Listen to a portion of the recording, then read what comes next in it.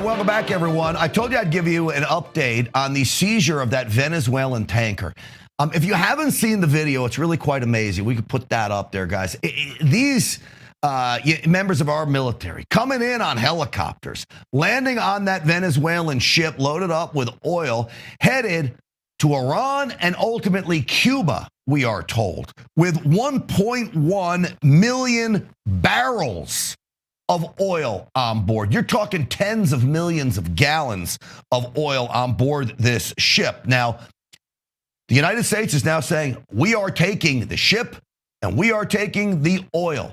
Tens of millions of dollars worth of oil. Now, that is a small price for Venezuela to pay from all the lives they've taken from the fentanyl being shipped up to America. This is Stephen Miller over at the White House. These regimes use these ghost fleets, these dark fleets, to evade sanctions and to fund and finance and export terrorism, violence, and death. And President Trump has said, we will defend and protect American lives. And that's what's happening. So this should serve as a warning to anybody out there that's doing illegal things, moving illegal goods that ultimately harms America. Because let's face it, this oil funds a rogue regime of Venezuela, ultimately Iran as well, and Cuba. All of them trying to wage war on America.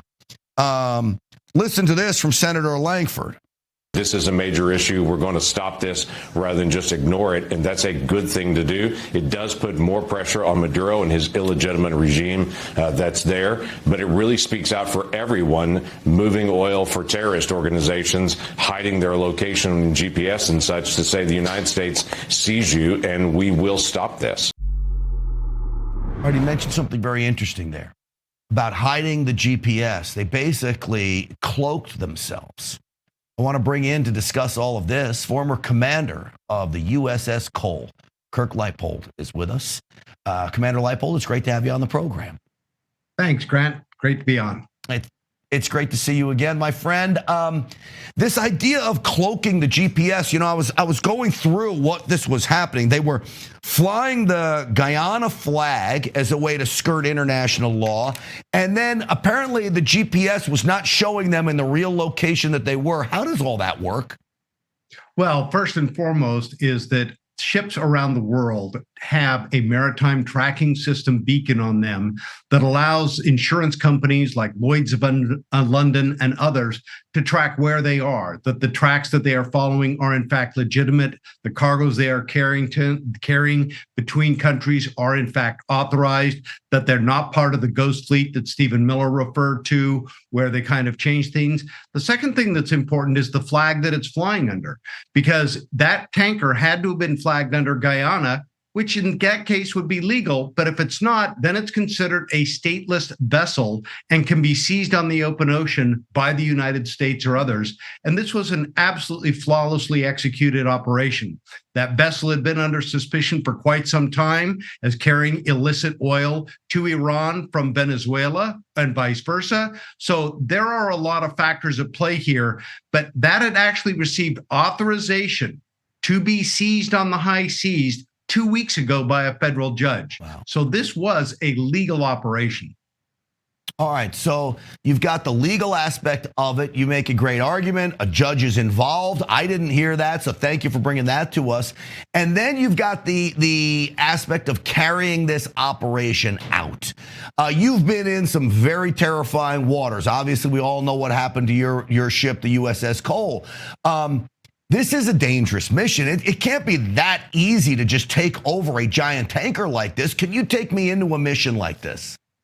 Sure. What you do is first in plan is what did they see from intel on board as the ship was being loaded out in port in Venezuela? Was it carrying any weapons on board? Did they see any military forces or paramilitary forces that were on board the ship? They want to get a very good picture of what they may be up against when they go there. And then the United States and the Coast Guard routinely practices these boarding operations how to fast rope down, how to get the people on board, what are the major areas on the ship that they want to secure immediately so they can ensure the safety of the ship, the safety of the crew, the safety of the cargo, but most importantly, the safety of our personnel that are conducting this high-risk operation. And as you saw from what they did, it was an excellent operation, no injuries, no deaths involved. The crew was seized without them resisting at all. So a flawless operation, and well done by all those involved, which included Department of Homeland Security, obviously the U.S. military, the FBI, and the Coast Guard. I would imagine if you're a crew member on the tanker or the captain of that tanker, you know it's the United States probably by the helicopters that are coming in and when they're dropping down. I would imagine more often than not, they're not going to try to tussle with the United States military. But I guess, Commander, you just never know. That's what makes these things so dangerous. It absolutely, Grant, you have to look at it like a cop that's doing a routine traffic stop alongside the highway. They don't know who is in that car. And so what they do is they don't know what the intent of the crew is going to be. So you always approach it with a high degree of caution. You are very careful. You do it in a very set manner that you have trained for, you're practiced for, and you are ready for any emergency that may come up.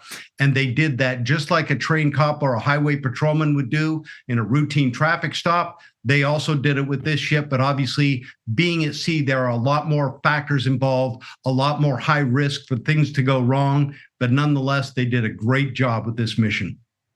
Do you know, when you talk about the helicopters here, and maybe I'm getting a little too into the details here, but are those helicopters coming off a carrier? Are you too far out at sea? I mean, is that pretty much how the United States Navy works it?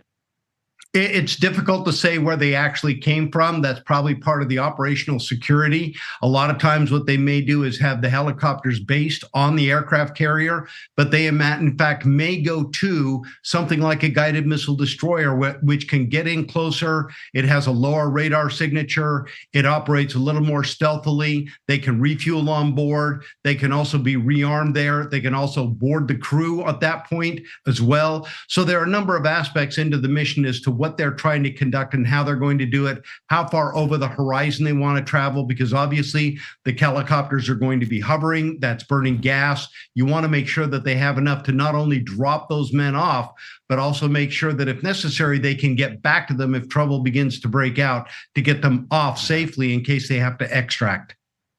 Well, look, I've joked, you want to bring energy prices down in America, just seize a bunch of Venezuelan oil tankers and Iranian oil tankers and all these. We'll bring energy prices down pretty darn quickly. But President Trump did it legally. Last question for you, I guess, Commander. You think we'll see more of these operations? Is this the last tanker to be seized?